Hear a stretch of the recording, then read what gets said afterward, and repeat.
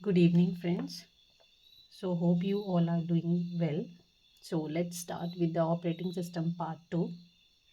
In the last lecture, we are discussing about the booting and types of booting. So, further process with the main functions. Main functions of operating system. ठीक है, main function क्या क्या होते हैं हमारे पास operating system के. सबसे पहला होता है आपके पास प्रोसेसर मैनेजमेंट.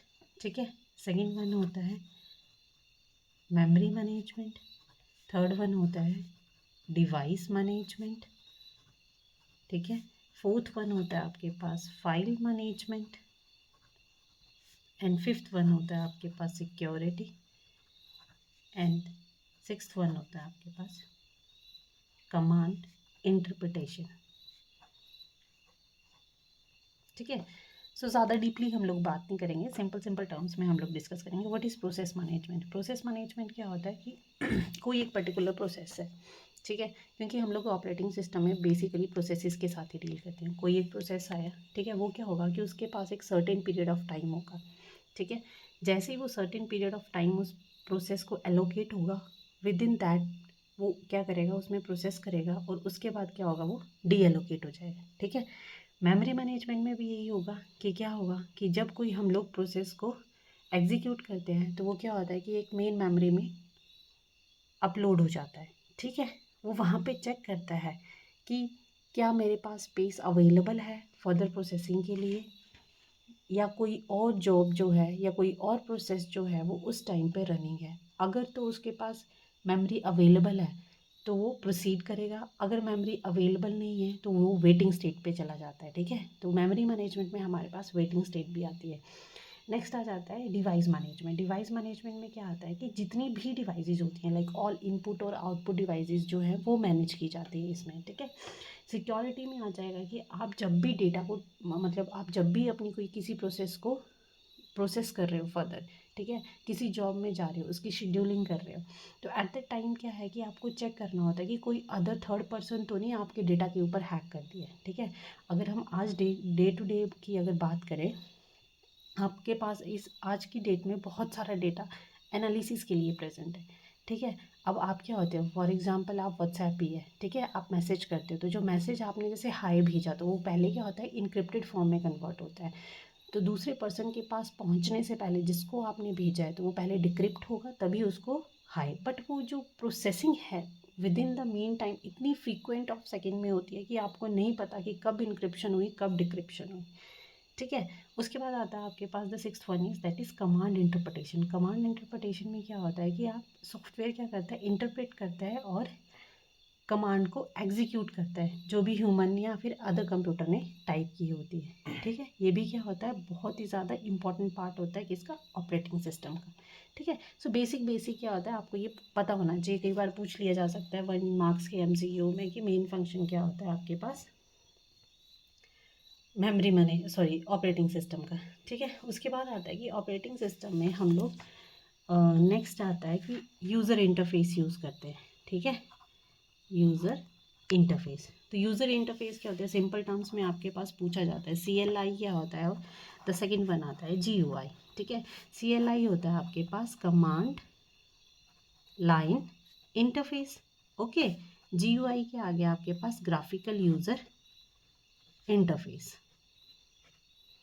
ठीक है, 2 टाइप्स के होते हैं. अब CLI क्या होता है, लाइक पहले के टाइम पे अगर हम बात करें कंप्यूटर सिस्टम की, एट दैट टाइम पे हम लोग क्या यूज़ करते थे, डोस को यूज़ करते थे, डिस्क ऑपरेटिंग सिस्टम, या फिर लाइनेक्स हो गया, यूनिक्स हो गया, वो के सारे क्या है कमांड बेस्ड है. ठीक है, अगर आपको अपना MS वर्ड भी ओपन करना है, ठीक है, चाहे डोस हो चाहे आपके पास यूनिक्स हो या लाइनेक्स हो, तो आपको क्या होता है कि कमांड को टाइप करना पड़ता है, then you are able to open that particular application.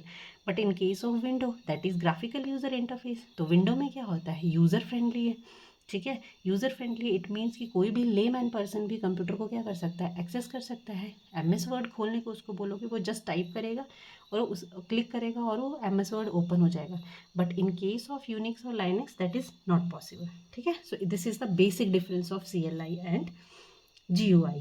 अब क्या होता है कि कुछ आपके पास एक्सटेंशन पूछी जाती हैं, जैसे डॉक की क्या होती है आपके पास MS वर्ड की .docx, इसको बोलते हैं एक्सटेंशन, ठीक है। अगर प्रेजेंटेशन की बात करें तो PPT X होती है, ठीक है। एक्सेल शीट अगर सेव करनी हो तो एक्सेल X होती है, जिससे हम किसी पर्टिकुलर फाइल को सेव करते हैं। ये आती है आपके पास MS वर्ड की, this one is for PowerPoint, ठीक है, and this one is for Excel, ठीक है। .txt होती है टेक्स्ट फाइल के लिए, और .apk होती है, आपने बहुत बार देखा होगा, सभी फ़ोन यूज़ करते हैं, .apk फाइल आती है, that is called as Android package file, ठीक है, एंड्रॉयड पैकेज फाइल।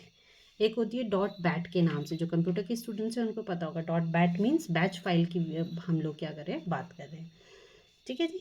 एक होती है .bin, बिन क्या होती है आपके पास, बाइनरी फाइल। कभी भी अगर हम लोग सॉफ्टवेयर को, किसी भी सॉफ्टवेयर को आप लोग इंस्टॉल करते हैं अपने कंप्यूटर में, तो वहाँ पे हमारे पास .bin करके फाइल आती है। एक आती है आपके पास .jpg, jpg होती है फोटोग्राफ की, ग्राफिक्स, ठीक है। और .exe, exe मतलब एग्जीक्यूटेबल, ये MCQ एक क्वेश्चन आया हुआ है किसी न किसी एग्जाम में। .exe का क्या मतलब होता है, दैट इज़ कॉल्ड एग्जीक्यूटेबल, ठीक है जी। इसके अलावा आपके पास क्या होता है, एक होता है कर्नल, एक आता है हमारे पास कर्नल, ठीक है। कर्नल क्या होता है, अगर कोई पूछे कर्नल क्या होता है, तो it is basically a core part of operating system, जैसे बोलते हैं ना, हमारा ब्रेन बॉडी का मेन पार्ट होता है, तो ऑपरेटिंग सिस्टम का कर्नल मेन पार्ट होता है, बहुत ही मेजर पार्ट होता है हमारा, ठीक है। अब ये क्या होता है, 2 टाइप्स के होते हैं, first one is monolithic kernel, ठीक है, and the second one is microlithic kernel, ठीक है। अब क्या है कि इतना डीपली JOA के एग्ज़ाम में नहीं पूछा जाता कि मोनोलिथिक क्या होगा, माइक्रोलिथिक क्या होगा, आपको सिर्फ इतना पता होना चाहिए कर्नल क्या होता है और कितने टाइप्स का होता है, ठीक है। अब हमारे पास, अभी मैंने प्रीवियस इसमें डिस्कस किया कि प्रोसेस होता है हमारे पास, ठीक है। तो कई बार प्रोसेस की एक मतलब ऐसे बोल दिया जाता है कि dash is a executing program, तो प्रोसेस क्या होता है हमारे पास, एक एग्जीक्यूटिंग प्रोग्राम होता है, ठीक है, इसको बोलते हैं हम प्रोसेस, ठीक है जी। एक आता है हमारे पास डेडलॉक, ठीक है। अब डेडलॉक क्या होता है कि जब भी कोई प्रोसेस ब्लॉक हो जाता है, ठीक है, और वो कंप्लीट नहीं होता है, तो उसको क्या बोलते हैं हम, डेडलॉक। मतलब एक प्रोसेस है, ठीक है, ऑन गोइंग में है, और जैसे आप एग्जांपल ले लो कि आप एक लाइन में खड़े हो, ठीक है, आपसे पहले ऑलरेडी ही एक पर्सन है, बट आपको भी उसी लाइन में जाना है, ठीक है, तो वहाँ पे क्या होगी, डेडलॉक की सिचुएशन क्या हो जाती है आपके पास, अकर हो जाती है, ठीक है। तो डेडलॉक में भी अगर फर्दर डिटेल JOA के एग्ज़ाम में इतना डिटेल में नहीं पूछा जाता है, बट अगर अदर IT एग्ज़ाम की अगर हम बात करें तो डेडलॉक हमारे पास डीपली क्वेश्चन पूछे जाते हैं, ठीक है। तो डेडलॉक सिंपल टर्म्स में पता होना चाहिए कि क्या होता है, जब 2 या 2 से ज़्यादा प्रोसेसेस जो होते हैं वो प्रोसीड ना कर पाए, क्यों, क्योंकि हर एक प्रोसेस जो है वो वेट कर रहा है एक दूसरे का रिलीज़ होने के लिए, ठीक है। ये आता है आपके पास डेडलॉक। डेडलॉक के बाद हमारे पास आता है स्पूलिंग, एक होता है टर्म स्पूलिंग, ठीक है। एक होता है स्पूफिंग, स्पूफिंग जो होता है वो हमारे पास मेल से रिलेटेड होता है, और स्पूलिंग जो होता है जब हमारा डेटा क्या होता है, when data is stored in Q और बफर में, ठीक है, या तो एक लंबी लाइन में या फिर बफर में हमारे पास डेटा स्टोर्ड है, उसको हम लोग बोलते हैं स्पूलिंग, ठीक है। और इस चैप्टर में अब आते हैं हमारे पास अभी इतना, जैसे प्रीवियस ईयर की बात करें तो बहुत ही सिंपल सिंपल क्वेश्चन पूछे गए थे, बट लास्ट ईयर से कंपटीशन लेवल थोड़ा सा हाई हो गया है, तो शेड्यूलिंग एल्गोरिदम्स भी पूछे गए थे, CPU शेड्यूलिंग एल्गोरिदम, ठीक है। थोड़ा सा पेपर जो है थोड़ा सा बीटेक लेवल कर दिया है, तो शेड्यूलिंग एल्गोरिदम भी पूछे गए थे, तो इसमें कौन कौन से आते हैं, पहला आता है आपके पास FCFS, first come first serve, second one आ जाता है शॉर्टेस्ट जॉब नेक्स्ट, ठीक है। थर्ड आता है आपके पास प्रायोरिटी बेस्ड शेड्यूलिंग, ठीक है। फोर्थ आता है आपके पास shortest remaining time, and the fifth one is round robin. ठीक है जी। अब इसके क्या आते हैं, न्यूमेरिकल्स होते हैं। हर एक 5 हैं तो 5 के न्यूमेरिकल्स होते हैं। इसमें हमारे पास एवरेज वेटेड टाइम वगैरह निकालना पड़ता है। ठीक है, सो इतना डीपली नहीं जाना है। अगर कोई स्टूडेंट चाहता है कि इसको मैं डीपली इसके ऊपर एक और वीडियो बनाऊँ तो please do let me in comment box. ठीक है, अब आता है फर्स्ट कम फर्स्ट सर्व्स में। इसमें 2 टर्म्स का हम लोग यूज़ करते हैं, that is first one is primitive and second one is non primitive. ठीक है, अब आप बोलोगे कि प्रिमिटिव क्या होता है और नॉन प्रिमिटिव क्या होता है। ठीक है, तो प्रिमिटिव क्या होता है कि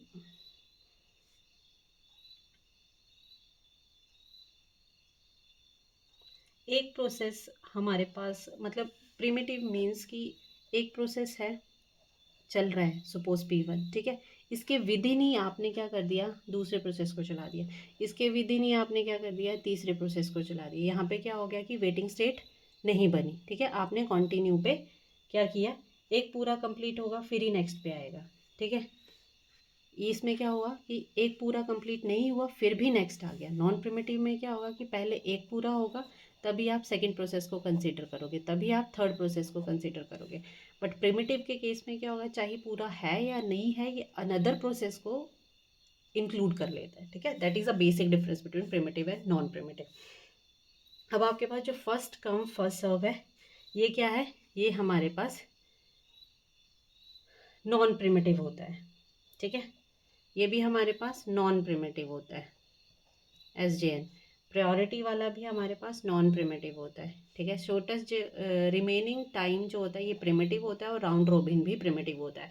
तो एक MCQ बना था लास्ट टू लास्ट ईयर कि प्रिमिटिव कौन सा होता है, नॉन प्रिमिटिव कौन से होते हैं। जो फर्स्ट 3 होते हैं that is non primitive and then another 2 आते हैं दैट इज़ प्रिमिटिव। ठीक है, और कैशे मेमोरी हमने ऑलरेडी मेमोरी में ही डिस्कस कर लिया था कि कैशे मेमोरी क्या होती है। ठीक है, और इसके अलावा इस चैप्टर में